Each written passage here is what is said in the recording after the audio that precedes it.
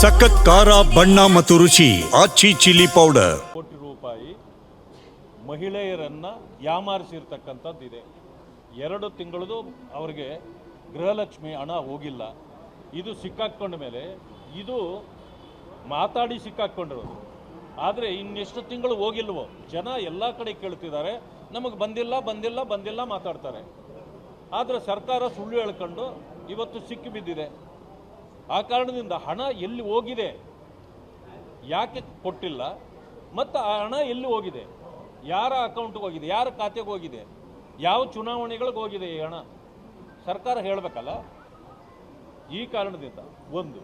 ಎರಡನೇದೇನಂತಂದರೆ, ನಾವು ಉತ್ತರ ಕರ್ನಾಟಕದ ಭಾಗದ ಸಮಸ್ಯೆಗಳಿಗೆ ಪರಿಹಾರ ಕೊಡಬೇಕು ಅಂತೇಳಿ ಇಷ್ಟೊಂದು ಒತ್ತಾಯ ಮಾಡ್ತಿದ್ರು ಕೂಡ ಈಗಲೂ ಕೂಡ ಮೀನಾಮೇಷ ಎಣಿಸ್ತಿದ್ದಾರೆ. ಅದರ ಬಗ್ಗೆ ಅವರು ತಲೆ ಕೆಡಿಸ್ಕೊಂಡಿಲ್ಲ ಸರ್ಕಾರ. ಆದ್ದರಿಂದ ಇವತ್ತು ಕೂಡ ನಮ್ಮ ಹೋರಾಟ ಎರಡೂ ಸದನಗಳಲ್ಲಿ ನಡೆದೇ ಇರ್ತದೆ.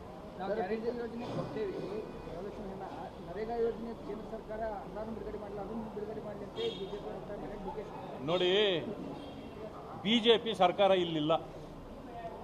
ನಿಮಗೆ ಯಾಕೆ ಅಧಿಕಾರ ಕೊಟ್ಟಿದ್ದಾರೆ ಜನ ಕೇಳ್ರಿ.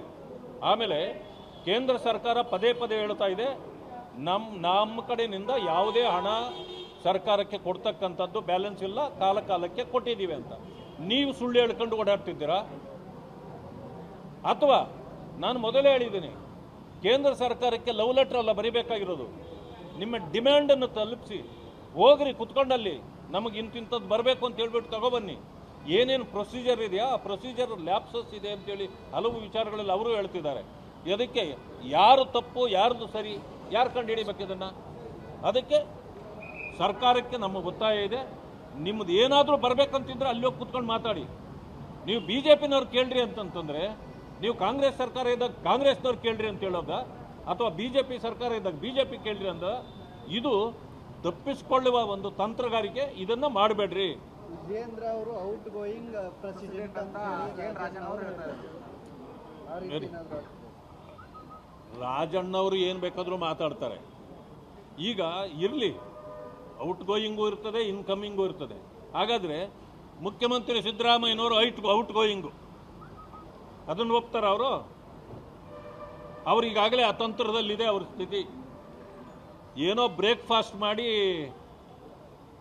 ರಿಲೇಷನ್ಶಿಪ್ ಬ್ರೇಕ್ ಆಗದಿದ್ದಂಗೆ ಸ್ವಲ್ಪ ಒಂದು 15 ದಿವಸಕ್ಕೆ ನೋಡ್ಕೊಂಡಿದ್ದಾರೆ. ಡಿನ್ನರು ನಿಂತಿಲ್ಲ, ಇನ್ನರ್ ಪೊಲಿಟಿಕ್ಸು ನಿಂತಿಲ್ಲ. ಆಮೇಲೆ ನಾವು ಕೇಳಿದ್ರೆ 5 ವರ್ಷ ನಾನೇ ಮುಖ್ಯಮಂತ್ರಿ ಅಂತ ಸಿದ್ದರಾಮಯ್ಯ ಅವರು ಹೇಳ್ತಾರೆ. ಆ ಕಡೆ ಅವ್ರ ಕಡೆಯವ್ರು ಹೇಳ್ತಾರೆ, ನೋಡ್ತಾ ಇರಿ ನವೆಂಬರ್ ಕ್ರಾಂತಿ ಮಿಸ್ ಆಯಿತು, ಸಂಕ್ರಾಂತಿ ಅಂತೂ ಗ್ಯಾರಂಟಿ ಅಂತ ಅವ್ರು ಹೇಳ್ತಾರೆ. ಈ ಕೆಲಸ ಇದು ನಮಗೆ ಬೇಕಾ? ರಾಜ್ಯದ ಜನರಿಗೆ ಬೇಕಾ? ಕ್ರಾಂತಿ ಒಳಗೆ ಹೋಗುತ್ತೆ ನೋಡಿ, ನಾನು ಹೇಳೋದು ಉತ್ತರ ಕರ್ನಾಟಕದ ಸಮಸ್ಯೆಗಳನ್ನು ಬಗೆಹರಿಸುವ ಕ್ರಾಂತಿ ಆಗಬೇಕೇ ಹೊರತು ಇವರ ಅಧಿಕಾರದ ಕ್ರಾಂತಿ ಯಾರಿಗೂ ಬೇಕಾಗಿಲ್ಲ. ಈಗಾಗಲೇ ಜನ ಬೇಕಾದಷ್ಟು ಕುಪಿತರಾಗಿಬಿಟ್ಟಿದ್ದಾರೆ. ಈ ಸರ್ಕಾರ ಹೋದ್ರೆ ಸಾಕು, ಯಾವ ತಪ್ಪು ಮಾಡಿ ನಾವು ಈ ಸರ್ಕಾರವನ್ನು ತಂದುಬಿಟ್ಟಿದ್ದೇವೆ ಅನ್ನೋ ಮಟ್ಟಕ್ಕೆ ಬಂದುಬಿಟ್ಟಿದ್ದಾರೆ. ಅದರಿಂದ ಜನರನ್ನು ಸಂತೈಸುವ ಕೆಲಸ ಮಾಡಬೇಕೇ ಹೊರತು ಅದನ್ನು ಬಿಟ್ಟು ಕಾಲಹರಣ ಮಾಡಬಾರ್ದು ಈ ಸರ್ಕಾರ. ಅಲ್ಲ, ಅದನ್ನೆಲ್ಲ ನಾವು ಆ ರೀತಿ ಲಘುವಾಗಿ ಮಾತಾಡೋದು ಬೇಡ. ಯಾಕಂತಂದರೆ ನಾವು ಆ ರೀತಿ ಮಾಡಿದರೆ ಜನರನ್ನು ನಾವು ದೂಷಣೆ ಮಾಡ್ದಂಗೆ ಆಗುತ್ತೆ. ಯಾಕಂದರೆ ಜನ ಒಂದು ಸರ್ಕಾರ ಮಾಡಲಿಕ್ಕೆ ಅಧಿಕಾರ ಕೊಟ್ಟಿದ್ದಾರೆ. ಆ ಅಧಿಕಾರವನ್ನು ಚಲಾಯಿಸಿ ಜನರ ಸಮಸ್ಯೆಗಳಿಗೆ ಅವರು ಸ್ಪಂದಿಸಬೇಕು. ಅವರ ಸ್ವಯಂಕೃತ ಅಪರಾಧದಿಂದ ಅವರೇ ಕುಸಿದು ಬಿದ್ದರೆ ನಾವ್ಯಾರು ಏನು ಮಾಡೋಕ್ಕಾಗೋದಿಲ್ಲ.